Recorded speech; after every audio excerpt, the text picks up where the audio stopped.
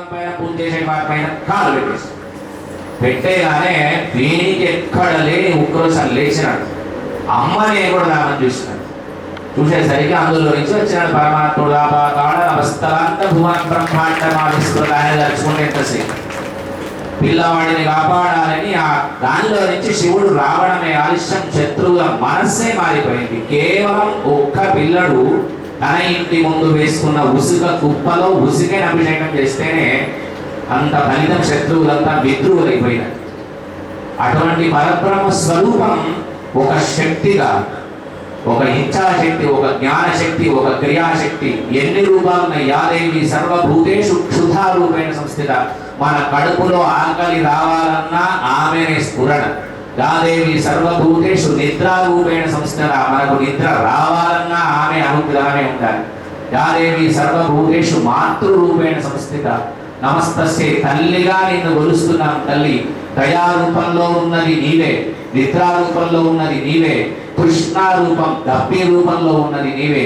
చితి రూపేణ యా కృష్ణ. చివరికి మేము ఎక్కడికి వెళ్ళాలో, మేము చేసిన పాప పుణ్యాలు ఎంత మేరకు మేము చేసి ఉన్నామో ఆ పాపాలన్నింటినీ ఒక పక్కన పడేసి నీవు తప్ప ఇతప్పరం పెరగనని ఆనాడు గజేంద్రుడు ఎట్లా పడ్డాడో తల్లి, అట్లా మమ్మల్ని మత్సమో పాతకీ నాస్తి పాపగ్ని త్వత్సమానహి. ఒక దోమ, ఒక చీమ చేయలేనటువంటి ఒక వాటి స్థితి ఎట్లా ఉందో అంతకంటే దీన స్థితిలో నేనున్నాను తల్లి, కాపాడు అని ప్రార్థన చేయాలి.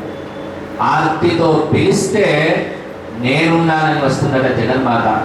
అటువంటిది నారదుని ద్వారా దేవకి వసుదేవుడు ఈ విధంగా చేసినారయ్యా. అమ్మవారి యొక్క ఆరాధన చేయడం వల్ల సాక్షాత్తు శ్రీకృష్ణ పరమాత్ముడు ఏదైతే జాంబవతితో పాటు సమంతకమని తీసుకొని వచ్చినాడు. ఇంకా దీనికన్నా ఉదాహరణ ఇంకా ఏం కావాలి అంటే కేవలం అమ్మవారి ఆరాధన సాక్షాత్తు పరమాత్ముడు చేసినాడు. పరమాత్ముడు కాక మానవ లోకంలో చేసిన వాళ్ళు ఎవరైనా ఉన్నారా? ఎందుకు లేరయ్యా? లోకంలో ఎంతో మంది ఉన్నారు. ఆర్ద్రతతో పిలిస్తే మునులందరూ మానవ లోకంలో ఉన్నవాళ్లే, ఋషులందరూ మానవ లోకంలో ఉన్నవాళ్లే. సాక్షాత్తు ప్రహ్లాదుడు పుట్టింది కూడా తన కర్మను విడిచిపెట్టుకొని వచ్చింది భూలోకానికి అని చెప్తున్నాడు. ఒక ఇంట్లో ఒక బ్రాహ్మణుడు, పాపం ఆయనకు సంతానం లేదు. సంతానం లేకపోతే సంతానం పొందాలనేటువంటి ఉత్సాహం. ఎందుకంటే అపుత్రస్య గతిర్నాస్తి. పున్నామ నరకం నుంచి తప్పించేవాడు పుత్రుడు. పితృ రుణము తీరాలి అంటే గృహస్థాశ్రమము తీసుకున్న తర్వాత ఒక సంతానాన్నైనా పొందాలి. అది ఆడనా మొగనా తర్వాత. అట్లా ఆయనకు సంతానం లేదు కనుక సంతానం పొందాలి అంటే ఏం చేయాలి? ఎవరినో అడిగినాడు. అడిగితే అమ్మవారి ఆరాధన చేయమన్నారు. అమ్మవారి ఆరాధన ఎన్ని విధాలుగా ఉంటుంది. వేదంలో ఉండేటువంటి శక్తి ఆమె. కర్మఫలేషు దుష్టాం దుర్గాం దేవీం శరణమహం ప్రపద్యే సుదర్శితరసే నమః. మన కర్మను తీసివేయడానికి సాక్షాత్తు జగన్మాతని అక్కడ నిల్చొని ఉంటుంది. అటువంటి ఆ అమ్మను కొలుస్తున్నారు. ఒకవైపు యాగం పుత్రకామేష్టి చేయాలని ఏదో వాళ్ళ గురువు గారు చెప్పినారు. ప్రారంభం చేసినాడు పుత్రకామేష్టి. ఒకవైపు ఋగ్వేదం జరుగుతుంది, ఒకవైపు యజుర్వేదం జరుగుతుంది, ఒకవైపు సామవేదం జరుగుతుంది, ఒకవైపు అథర్వవేదం జరుగుతుంది.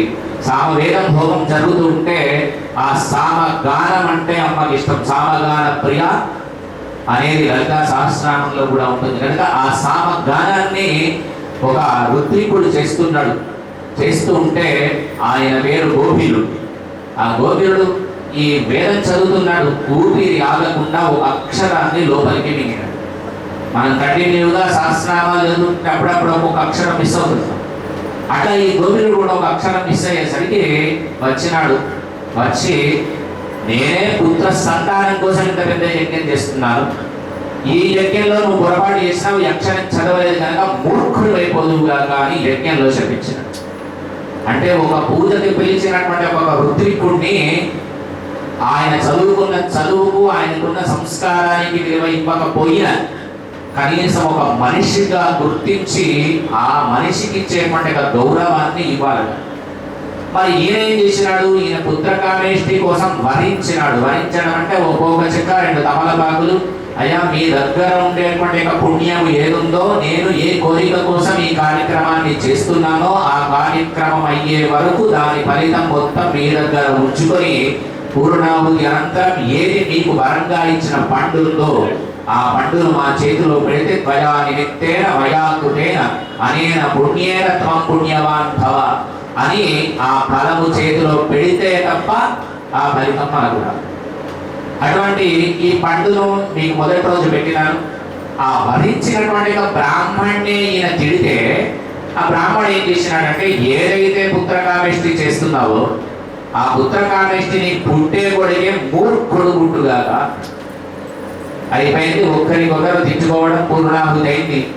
ఎంతకాలం ఉంటుంది బ్రాహ్మణికి కోపం? క్షణం, ఒక్క క్షణం అయిపోయింది. తాను చేసిన తప్పును గుర్తించినాడు, పాదాల మీద పడ్డాడు, వేద పండితుడు పాదాల మీద. అయ్యా, నేను చేసింది పొరపాటు, నా పొరపాటుకు ఏదైనా ఉపాయం తెలుపమంటే ఏ అమ్మవారిని ఉద్దేశించి నీవు ఈ యజ్ఞం చేస్తున్నావు అదే అమ్మవారి యొక్క ప్రేరణ ద్వారా నీ కొడుకు మంచి పండితుడు అవుతాడు అని చెప్పాడు. చెప్పగానే నిజమా అవుతాడు అని చెప్తే పాపం ఈయన పెంచుతూ ఉన్నాడు, పెరుగుతున్నాడు పిల్లవాడు. 5 ఏళ్ళు వచ్చినాయి, ఉపనయనం చేసినాడు. ఏ మాట రాదు, ఏ పదము అనరాదు, ఏది అడగరాదు. మూర్ఖుడై ఒక్కడే దగ్గర కూర్చొని ఉంటాడు. స్నానం చేయడు, సంధ్యావందనం చేయడు, వేదపారాయణం చేయడు, కనీసం దండం కూడా సమర్పించడు. ఊరంతా వచ్చినాడు పాపం. ఈ బ్రాహ్మణి కొడుకు అంత పెద్ద యాగం చేసుకొని నీవు కొడుకును కంటే ఇటువంటి మూర్ఖుడిని కన్నావు అని ఇంట్లో తల్లిదండ్రులు తిరిగితే, బయటకు వెళితే బయట ఉండేవాళ్ళు తింటున్నారు.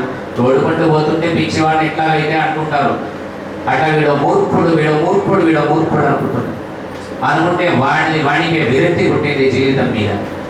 ఏం చేయాలో తెలియక ఎవ్వరికి చెప్పకుండా పైన ఒక కండువ వేసుకున్నాడు. బయలుదేరి ఒక అడవిలోకి వెళ్ళినాడు. ఒక పారకం ఉన్నటువంటి ఒక నదిని తీసుకొని ఓ చెట్టు చూసుకొని దాని కింద కూర్చున్నాడు. కూర్చొని ఏదో ఆ చెట్టు కింద ఉన్న మాట్లాడకపోతే మంది వచ్చినప్పుడు కూర్చుంటున్నాడు. ఇట్లా ఏదో మామూలుగా మాట్లాడరాదు, దండం పెట్టరాదు, ఎవరు అని అడగరాదు కనుక నా పాండిత్యం బయటపడితే నన్ను వెళ్ళగొడతారేమో, నేను మూర్ఖుడని తెలిస్తే నన్ను ఎక్కడ తిడతారు అనేటువంటి ఒక బాధ చేత అక్కడ కూర్చున్నాడు. కూర్చుంటే వీళ్ళందరూ ఏమనుకుంటున్నారంటే ఈయన గొప్ప యోగి కావచ్చు. మౌనంగా ఉంటున్నాడు నది దగ్గర. కనుక ఈయనకేం చేయాలి మనం అంటే, చిన్న అక్కడ ఉండే దొప్పలాగా కొట్టి వాళ్ళు తీసుకొని వెళ్ళే నీళ్లు కొన్ని దొప్పలో పోయడం ప్రారంభించినారు. ఒకరోజు, రెండో రోజు పదార్థం తీసుకొని పెడుతున్నారు. వాళ్ళు తిన్నటువంటి పదార్థం తీసుకుంటున్నాడు.